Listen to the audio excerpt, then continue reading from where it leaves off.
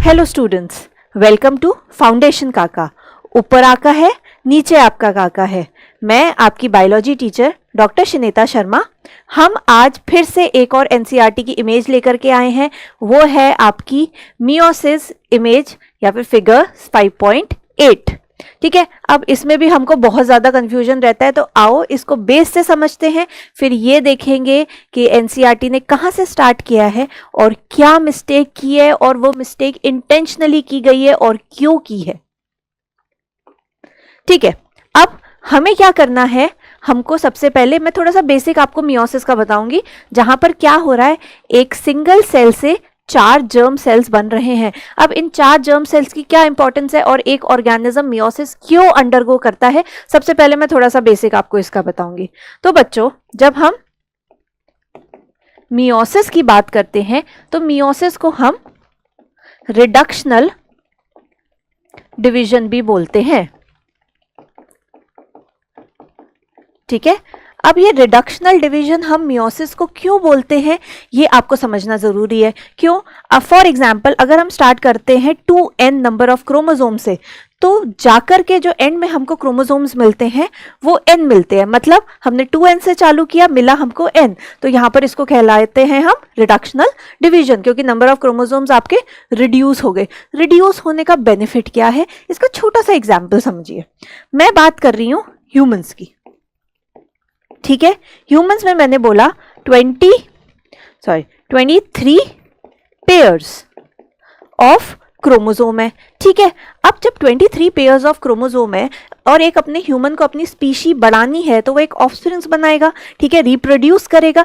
Reproduce जब वो करेगा तो जो ऑफस्प्रिंग बन रही है या फिर जो न्यू बेबी बन रहा है या इंडिविजुअल बन रहा है, उसमें भी 2n क्रोमोसोम्स होने चाहिए या फिर 23 पेयर्स ऑफ क्रोमोसोम होने चाहिए। अब भाई बच्चा लोगों, यहां देखो 2n को अगर आप रिप्रोड्यूस कर रहे हो, मतलब फीमेल से भी आपको 2n मिल रहा है और मेल से भी आपको 2n मिल रहा है, तो 2n प्लस 2n कितना हो गया? 4n। ओ ये तो हो गई गड़बड़। हमको क्या करना है, हमको तो 2n का 2n रखना है। अगर 2n का 4n हो गया तो ये तो नई स्पीशी बन गई ना, हमको तो 2n का 2n रखना है। तो क्या करता है एक ऑर्गेनिज्म, अपने 2n को डिवाइड करके और n बनाता है। अब उसने बना लिया नया सेल जिसके अंदर n नंबर ऑफ क्रोमोसोम्स है।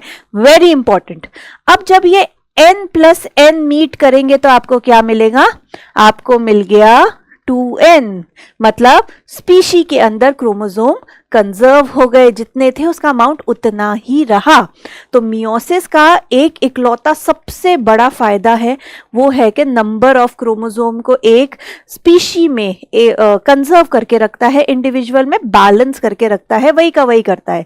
ठीक है, दूसरी चीज, जब भी मियोसिस होता है तो जो क्रोमोसोम्स हैं वो इंटरचेंज होते हैं। कैसे इंटरचेंज होते हैं ये मैं आपको सिखाऊंगी। ठीक है, उस इंटरचेंज की वजह से वहां पर एवोल्यूशन होता है, हम हमारे एनवायरनमेंट में रहने के लिए अडेप्ट होते हैं। तो सेकंड एडवांटेज होता है आपका अडेप्टेशन टू द एनवायरनमेंट, या फिर हम बोल रहे हैं कि इंटरचेंज ऑफ द जीन, जिसकी वजह से स्लाइट एवोल्यूशन होता है। तो 2 एडवांटेज हो गए। पहला, it reduces number of chromosomes, जिसकी वजह से क्या हो रहा है, आपका स्पीशीज में नंबर ऑफ क्रोमोसोम कंजर्व हो रहे हैं। दूसरा एडवांटेज क्या है, इट लीड्स टू एवोल्यूशन। चलो अब मैं आपको डिटेल में समझाती हूं कि एनसीईआरटी का फिगर बोल क्या रहा है। हमको कहां से स्टार्ट करना है, आपके समझने के लिए यहां पर मैंने 2 क्रोमोसोम्स बनाए हैं। देखो इधर, यहां पर एक छोटा पेयर ऑफ क्रोमोसोम्स है and this is a big pair of chromosomes. ठीक है, यहां पर मैंने साइज डिफरेंस रखा है ताकि आप इसको इजीली समझ पाओ। ठीक है, तो अब क्या होगा कि हमको क्या करना है, एक सेल से 4 सेल बनाने हैं। तो सबसे पहले हम क्या करेंगे, क्रोमोसोम उतने के उतने रहेंगे, उसके अंदर जो जेनेटिक मटेरियल है उसको डबल कर देंगे। देखो यहां पर क्या हो रहा है, जेनेटिक मटेरियल डबल हो रहा है।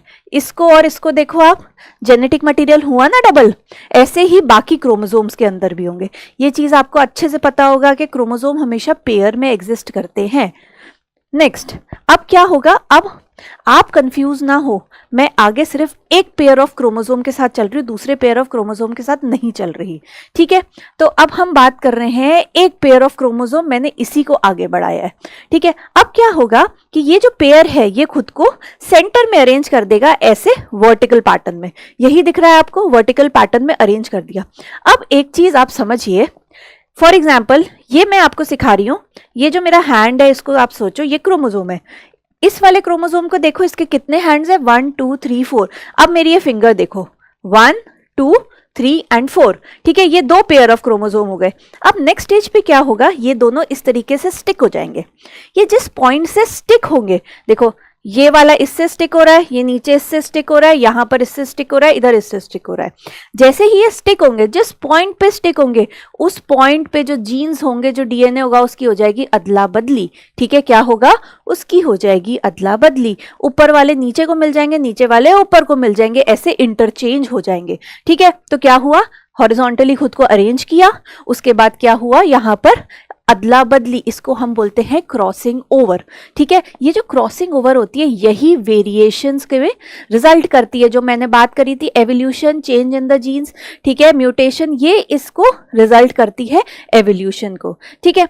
अब हम यहीं से कंटिन्यू करेंगे। अब नेक्स्ट क्या हुआ भाई, ये चीज क्या हुआ, जीन्स की अदला बदली हो गई, दैट इज क्रॉसिंग ओवर हो गया यहाँ पर जीन्स का।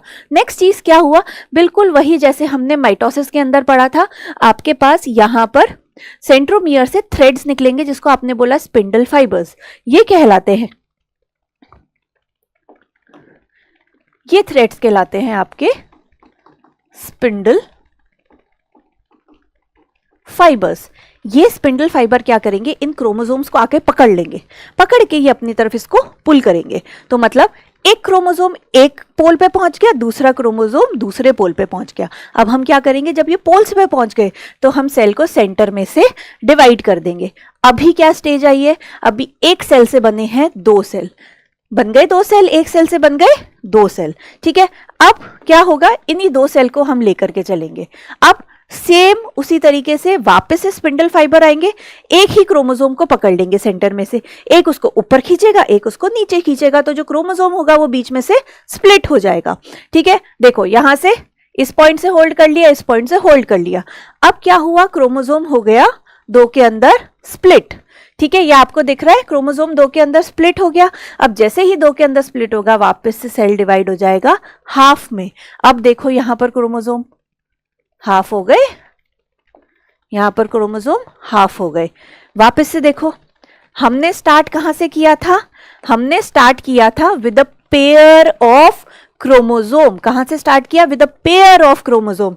हमने एंड कहां पर किया, with single chromosome in each cell. या फिर मैं ये बोल सकती हूं कि हमने स्टार्ट किया था 2n से, यहां पर भी ये 2n ही था, इधर भी ये 2n ही था, यहां पर भी ये 2n था। आगे क्या हुआ, इधर भी ये 2n था, यहां भी ये 2n था। अब सेल डिवाइड हुआ, अभी भी 2n है, अब बन गया यहां पर n, ठीक है। अगेन क्रोमोसोम तो एक ही है, हमने क्या किया है, हमने ऑलरेडी जेनेटिक मटेरियल को डबल कर लिया था, ठीक है। तो ये अभी यहां पर n चलता हुआ आ रहा है, क्योंकि जेनेटिक मटेरियल डबल है, ठीक है।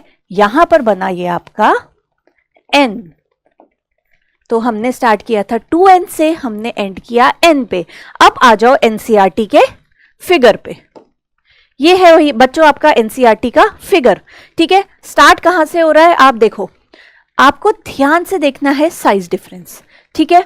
This is one pair of chromosome and this is second pair of chromosome, ठीक है। अब देखो कोरिलेट करते हैं, ये इन्होंने स्टार्ट किया है इस पॉइंट से, ठीक है, इस पॉइंट से। देखो यहां पर एनसीईआरटी ने आपको देना चालू किया है इस पॉइंट से, जहां पर ऑलरेडी इन्होंने क्रॉसिंग ओवर शो कर दी है, ठीक है। क्रॉसिंग ओवर शो कर दी, फिर हमने क्या बोला था, काइनेटोक्रोम से काइनेटोक्रोम पे आपके स्पिंडल फाइबर आके अटैच होंगे, ठीक है, और वो स्पिंडल फाइबर पुल करेंगे सेल्स को दोनों तरफ और दो सेल्स में डिवाइड हो जाएंगे। अब यहाँ पर दो पेयर्स लिया है, तो हर एक सेल में एक एक क्रोमोसोम जाएगा। तो देखो, एक बड़ा वाला क्रोमोसोम, एक छोटा वाला क्रोमोसोम, यहां पर भी एक बड़ा वाला क्रोमोसोम और एक छोटा वाला क्रोमोसोम। अब नेक्स्ट चीज क्या होगी कि ये वाला पार्ट एक पॉइंट से अटैच होगा, ये वाला पार्ट दूसरे पोल पे अटैच होगा और वापस से पुल होगा तो ये चीज हो जाएगी हाफ, और हाफ जाएगी आपकी इसके अंदर। ठीक है, अब जो हमने बात करी थी कि एनसीईआरटी ने एक मिस्टेक करी है, वो इंटेंशनली करी है और क्यों करी है उसको देखते हैं। ठीक है, मिस्टेक एनसीईआरटी ने क्या करी है, पहले हम इसको रब कर लेते हैं ताकि मैं आपको समझा सकूं।